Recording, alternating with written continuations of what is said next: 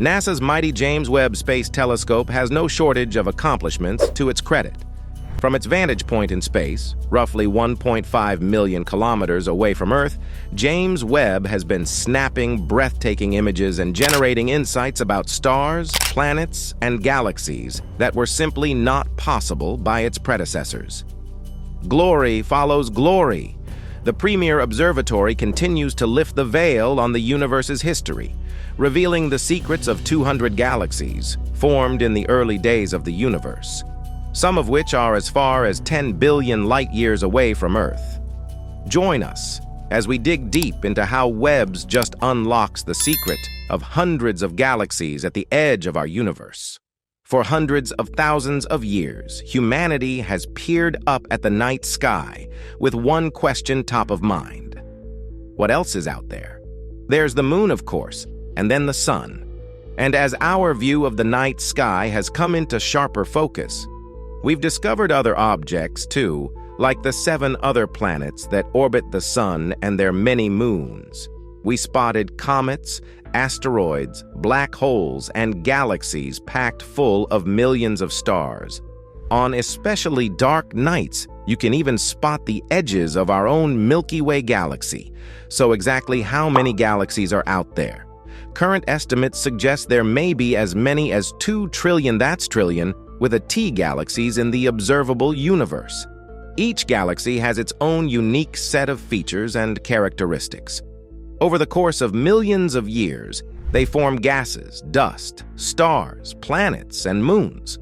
At the center of most galaxies lies a supermassive black hole which tugs at nearby stars. Famed astronomer Edwin Hubble became the first to devise a galactic classification system for the celestial features in 1926. According to his very simplified classification, there are 5 main types of galaxies: spiral, barred spiral, the Milky Way is a barred spiral, lenticular, elliptical, and irregular. Only in recent years have we been able to estimate and understand how much else there is in the universe. Scientists use telescopes like the Earth-orbiting Hubble Space Telescope, Chandra X-ray Observatory, and the European Southern Observatory's Earth-based Very Large Telescope to carry out galactic surveys and identify how many galaxies are in a patch of the sky the size of a pinhead held at arm's length. Counting galaxies is kind of like playing a cosmic game of Where's Waldo. Astronomers are tasked with counting every galaxy they can find within that tiny sliver of space and then extrapolate it out across the entire sky. Carving a fraction out of the sky and identifying all of the galaxies in it across the broad spectrum of wavelengths is not an easy task. You have to fight through dust and other matter that may dampen a galaxy's light. And it takes a long time for Hubble and other telescopes to take these images and stitch them together. There are undoubtedly galaxies that we can't even see.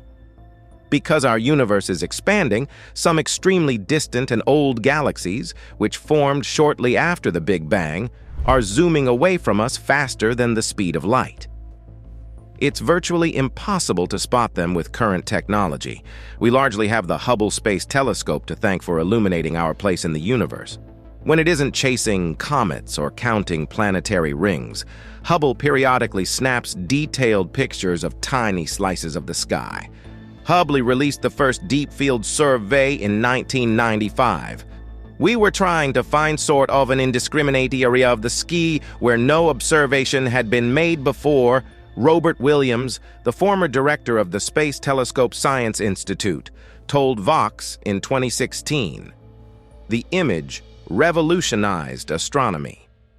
From the glittering image, astronomers spotted about 1,500 glittering galaxies. Subsequent images revealed even more. In 2012, Hubble's extreme deep field image was released. Over the course of 10 years, the telescope had snapped images of a tiny patch of sky for a total of 50 days. It revealed a slice of sky about 1/32 millionth of the sky, to be exact, scattered with twinkling galaxies of all shapes and sizes. Using this new image, Astronomers estimated that there may be 100 to 200 billion galaxies in the observable universe. But just 4 years later, a team of researchers from the University of Nottingham reanalyzed Hubble's images and assessed data from other observatories, pulling our universe-wide galaxy count up by a factor of 10 to 2 trillion. The astronomers published their new numbers in the Astrophysical Journal. As astrophysicist Christopher Consolis of the University of Nottingham in the United Kingdom told The Atlantic at the time, "It boggles the mind that over 90% of the galaxies in the observable universe have yet to be studied. Who knows what interesting properties we will find when we discover these galaxies with future generations of telescopes?" In a sense, we're playing a game of cat and mouse with the universe. We're scrambling to develop instruments powerful enough to catch sight of galaxies that are zipping away from us at breakneck speeds. And as a result of a global effort, the James Webb Space Telescope was built to take. Hubble is known as the preeminent galaxy spotting space telescope. But it performed even better than predicted, far exceeding anyone's expectations. On July 11, 2022, history was made as the very first science image of James Webb was unveiled to the world. Upon its release, it immediately broke the cosmic record for the deepest view ever taken of the universe, a remarkable feat. Prior to Webb's first science release, the deepest view of our cosmos came from the Hubble Extreme Deep Field, a region of space so small it takes up just 1/32 millionth of the sky. Within it, 5,500 galaxies were found, spanning almost the entire history of the universe, from just 400 million years after the Big Bang until today, or from when the universe was merely 3% of its current age all the way to its present state. That image represented the deepest view of the universe for a full decade. But by simply using its suite of instruments to observe a run-of-the-mill galaxy cluster, the James Webb Space Telescope has shown us the universe as we've never seen it before. The very first image taken by the James Webb Space Telescope, called Webb's First Deep Field, centered on a cluster of galaxies named SMACS 0723 and containing no less than 7,000 galaxies. Just with this image, we all know that James Webb outperforms Hubble by more than we expected. Our newest space telescope could do much more in less time. Whereas Hubble has a primary mirror that's 2.4 meters across, James Webb's segmented mirror spans 6.5 meters. This leads to a resolution that's 270% as sharp for the same wavelength light and light-gathering power. That's 730% as great as Hubble's. From the physics of optics alone, that's how much better and faster James Webb should be than Hubble, not including the advantages Webb also possesses in terms of cooling, wavelength coverage, and instrumentation. In other words, for the same amount of observing time, you'd expect that James Webb would collect 730% as much light as Hubble. But James Webb, as you can see above in the comparison of its composite image of galaxy cluster, SMACS 0723 with that of Hubble, is doing even better than that. Hubble time is divided up into orbits, as from its position in low Earth. Orbit, it completes a revolution around our planet every 96 minutes. A total of 6 orbits, 4 in optical wavelengths and 2 in infrared wavelengths, were used to make the Hubble composite.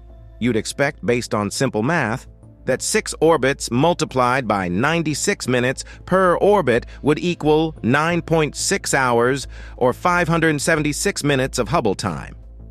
But there's only a total of 3.4 hours or 203 minutes of Hubble data that's gone into these images, despite nearly 3 times as much of Hubble's time having been devoted to this target.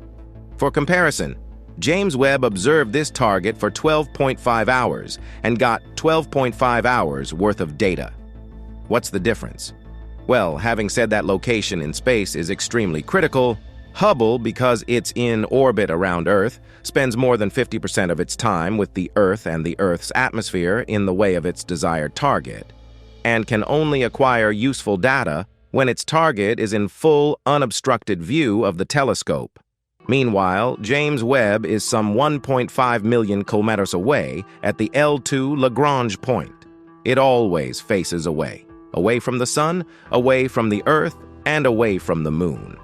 It never has to contend with these obstacles to pristine observing, and so its observations of targets are 100% time efficient, as opposed to less than 50% time efficient like Hubble was. This improved efficiency will extend to all observations taken with James Webb and should enable faster, better science than Hubble could ever achieve. As you can see, both above and below, there are plenty of regions of space that appeared blank to Hubble's eyes that are rich in objects when examined with James Webb. Yes, they remain underdense regions of space, but they're not empty the way some had either hoped or feared. Not only can James Webb find these objects, in many cases, it can resolve them and examine their properties, whereas Hubble could not even see them at all. This is going to help us achieve one of Webb's main science goals: to teach us, in the goriest details possible, how the universe around us grew up and came to be the way it is today. Most recently, in a remarkable revelation, scientists just stated that the telescope continues to uncover secrets about the universe's history by revealing distances of nearly 200 deep space galaxies. This study was conducted by a team of Canadian and international astronomers led by Dr. Gaël Noirot, a postdoctoral researcher at St. Mary's University in Halifax. It's the first study to measure galactic distances in Webb's first deep field, showing huge collections of stars as far as 10 billion light-years away from Earth. Members of the Canadian Nearest Unbiased Cluster Survey, or CNUCS, the scientists used the Canadian Nearest, or Near-Infrared Imager, and slitless spectrograph instrument on board James Webb to collect spectra from galaxy targets in the image. These spectra are a type of scientific data created by breaking down the light of an object to reveal additional information, such as the object's age or distance. Using James Webb's Nearest instrument, the team measured the redshifts of nearly 200 galaxies whose distances from Earth were previously unknown. According to Noirot, the study's lead author, Nearest is perfect for doing this because it can measure the redshifts of hundreds of galaxies at once. The study will be a valuable resource for the astronomical community and open up new avenues of research, added Noirot. From this redshift catalog, the researchers have uncovered many new galaxies in the SMACS 0723 cluster, whose light has taken more than 4 billion years to reach us. Clusters, which are huge groups of galaxies held together by the force of gravity, can contain up to thousands of galaxies. The new study brings better understanding of how galaxies evolve in some of the most extreme environments in the universe and gives a glimpse into the distribution of dark matter and the evolution of structures. As the National Research Council's Chris Willett, who leads the Canadian Space Agency-funded CNUCS team, said, "As members of a Canadian-led project, we are even more excited that this significant improvement compared to previous studies of SMACS 0723, was enabled by the spectroscopic capabilities of the Canadian-made instrument Nearest on board James Webb. This Canada-made technology is letting us use the James Webb Space Telescope to its fullest potential," added Université de Montréal professor René Doyon, director of the Trottier Institute for Research on Exoplanets and principal investigator behind the Nearest instrument. Within their huge collection of galaxy redshifts, the researchers identified 3 other galaxy overdensities at much greater distances than SMACS 0723 that had not been seen previously in this field. These galaxy overdensities are potentially newly discovered galaxy clusters located 8 to 10 billion light-years away. Capturing these galaxy overdensities at different cosmic times is like watching a time-lapse movie of these clusters' growth, from their infancy in a young universe to the present day. The clusters represent ideal targets for future studies to better understand how galaxies and the clusters they inhabit have evolved from their state in the very early universe and to what they look like today, including our own galaxy, the Milky Way. Already, the Canucks team has made an amazing find within one of these clusters, the magnificent Sparkler Galaxy. Discovered in September 2022, it's a highly magnified galaxy, some 9 billion light-years away, bursting with what appears to be the oldest star clusters to have formed after the Big Bang. What the team's new nearest redshift catalog now reveals is that the Sparkler is not an isolated galaxy, but resides in one of the newly discovered galaxy overdensities. According to Sawicki, a co-author of the earlier study, the fact that the Sparkler does not live alone, but is a member of a family of galaxies, has important implications for how first star clusters formed after the Big Bang. The Canucks astronomers will be able to improve upon their galaxy redshift catalog during Webb's second year of scientific operations, now underway, as they have been granted time to re-observe Webb's first deep field in even greater detail with the NIRISS instrument. The astronomy community clearly recognized the value of our first NIRISS redshift catalog and wants us to do another even better version, says Noiro, the principal investigator of this observation program. Several independent teams of scientists have used the catalog and the results of the new study to pursue their work on Webb's first deep field, and additional research stemming from the Canucks advances is expected into the formation of galaxies, the distribution of dark matter, and the evolution of the universe. While James Webb continues to lengthen its list of achievements, the first-ever asteroid encounter of NASA's Lucy mission came with a twist. On Wednesday, Lucy zoomed past Dinky Nesh, a small space rock that resides in the main asteroid belt between Mars and Jupiter. Actually, Lucy zoomed past two space rocks, for the probe found that Dinky Nesh, whose name means marvelous in the Amharic language, is actually part of a binary system. The discovery added another layer of excitement to an already historic encounter. As Keith Knoll, Lucy Project scientist from NASA's Goddard Space Flight Center in Maryland, said in a statement on November 2nd, "We knew this was going to be the smallest main belt asteroid ever seen up close." The fact that it is too makes it even more exciting. In some ways, these asteroids look similar to the near-Earth asteroid binary Didymos and Dimorphos that DART saw. But there are some really interesting differences that we will be investigating, Knoll added, referring to NASA's Double Asteroid Redirection Test mission, which slammed intentionally into the asteroid moonlet Dimorphos in September 2022. Lucy launched in October 2021 on a mission to fly by a half-dozen Trojan asteroids, space rocks that loop around the Sun in Jupiter's orbit. These asteroids are relics from the solar system's early days, so Lucy's observations will shed light on the formation and evolution of our cosmic neighborhood, NASA officials say. Dinky Nesh is not a Trojan, but Wednesday's flyby was still important to the mission. It tested Lucy's terminal tracking system, which allows the probe to autonomously track an asteroid during a high-speed flyby. According to Tom Kennedy, a mission guidance and navigation engineer at Lockheed Martin in Littleton, Colorado.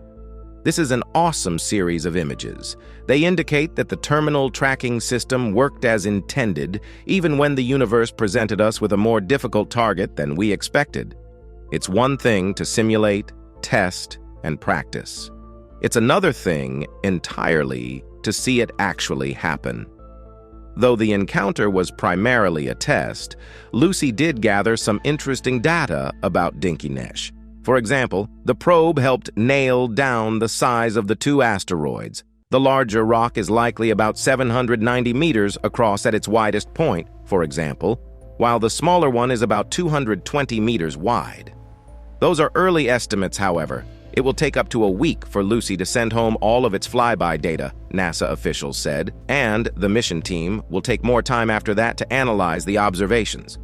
Wednesday's flyby will be just the first of many for Lucy, if all goes according to plan. The probe will now head back toward Earth for a gravity assist that will slingshot it toward its next asteroid target, a main belt space rock named 52246 Donald Johanson. For those who don't know, Donald Johanson is the co-discoverer of the famous human ancestor fossil Lucy, after which the NASA mission is named. That next flyby will occur in 2025. Lucy will then cruise on toward the Jupiter Trojans, the first of which it will reach in 2027. According to Hal Levison of the Southwest Research Institute, Lucy's principal investigator, Dinkinesh really did live up to its name. This is marvelous. When Lucy was originally selected for flight, we planned to fly by 7 asteroids. With the addition of Dinkinesh, 2 Trojan moons, and now this satellite, we've turned it up to 11. Elsewhere in space, NASA's Kepler Space Telescope may have saved the best for last. Astronomers combing over data collected by the telescope before its retirement in 2018 have found a system of 7 planets being blasted by radiation from their parent star. Each of the 7 blisteringly hot extrasolar planets or exoplanets in the system, Kepler 385, received more radiation from the Sun-like star they orbit than any planet in the solar system receives from the Sun. The planets all appear to be larger than Earth, but smaller than the solar system ice giant Neptune. Excitingly, the Kepler 385 system is just one of the highlights in a new Kepler Space Telescope created catalog of around 4,400 exoplanet candidates and 700 multi-planet systems that has astronomers thrilled about the information they might glean from it. We've assembled the most accurate list of Kepler planet candidates and their properties to date, research leader and NASA scientist Jack Lissauer said in a statement. NASA's Kepler mission has discovered the majority of known exoplanets, and this new catalog will enable astronomers to learn more about their characteristics. What do we know about the Kepler 385 planets? The Kepler 385 planetary system, located 4,672 light-years away from Earth, is one of the few systems we are aware of that contains more than 6 planets, with one of the other famous examples being the TRAPPIST-1 system of 7 Earth-like planets. At the heart of Kepler 385 is a star around 1.1 times larger and 5% hotter than our Sun. The inner planet, Kepler 385b, has a mass around 12.8 times greater than Earth's and is 2.7 times as wide as our planet. It orbits its star at around 10% of the distance between Earth and the Sun and completes an orbit in around 10 Earth days. The next planet out, Kepler 385c, is slightly larger and has a mass around 13.2 times that of our planet. Its orbit is a perfect circle that covers just around 13% of the distance between Earth and the Sun, and it orbits its star in just over 15 Earth days. Both Kepler 385c and Kepler 385b are thought to be rocky planets with thin atmospheres. The remaining 5 planets are further out and are believed to be roughly twice the size of Earth and are thought to be enshrouded in thick atmospheres. The Kepler Space Telescope first started observing the universe in 2009, and its primary mission ended in 2013. After this, the Space Telescope embarked on an extended mission that lasted until it was decommissioned in 2018. But as this new research shows, even half a decade after it shut down, data collected by Kepler is still a treasure trove for astronomers, revealing more about the Milky Way and its stellar and planetary occupants. Even though the final chapters of the Kepler mission are aimed at measuring how common planets are around other stars, this discovery shows how the latest exoplanet catalog update can allow scientists to determine the characteristics of worlds outside the solar system. By using improved calculations of stellar characteristics and by better modeling the orbits of exoplanets around them. The new Kepler catalog update can help astronomers identify when a star hosts several planets that cross or transit their faces. These planets typically have more circular orbits, than when a star hosts only one or two such worlds. A paper detailing the discovery of the Kepler 385 system and the other new entries in the Kepler catalog is set to be published in the Journal of Planetary Science. A preprint version is available on the paper repository REIE. That's all the information that we have for you today. Don't forget to give us a thumbs up if you enjoyed today's episode, subscribe if you haven't already, and hit the bell so you never miss out on future episodes.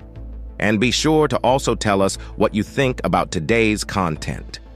Everyone's support motivates us to continue delivering quality content and to always improve. As always, thanks for watching, and we will see you next time.